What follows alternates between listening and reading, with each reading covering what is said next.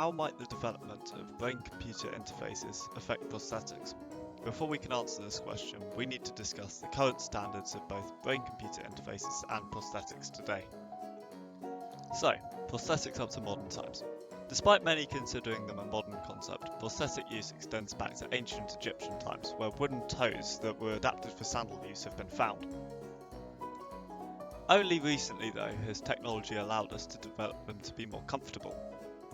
Currently, prosthetics have been designed with strong, lightweight materials such as carbon fibre, and more modern prosthetics attach using vacuums rather than pins, spreading pressure over the severed joint.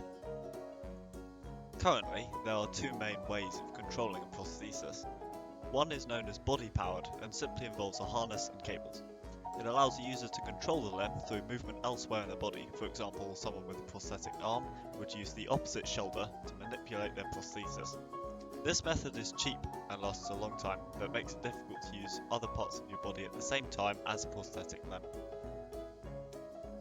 The other is known as myoelectric prosthetics and uses electrodes collected to nerve endings where the prosthesis is attached to detect input from the brain.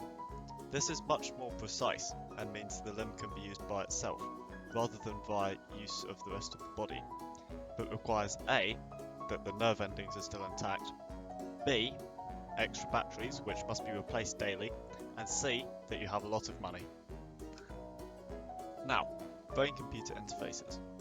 The purpose of a brain-computer interface is to detect signals from the central nervous system and convert them into artificial outputs that a computer can read. The most well-known type of BCI, EEG, involves an array of electrodes around the user's head. These electrodes measure the brain waves of the user and amplify them so they can be read by a machine. This technique has already been used to control a robotic arm in a study by the University of Medicine and Pharmacy Bucharest, which revealed that 81% of subjects could control the arm accurately. There were no significant side effects observed in subjects after controlling the arm. Heading into the future, some potential benefits BCIs could have on prosthetics include faster response times, ease of use, and no need for undamaged nerve endings. Combining these factors may mean that BCIs become widespread and new laws and social conventions may be introduced.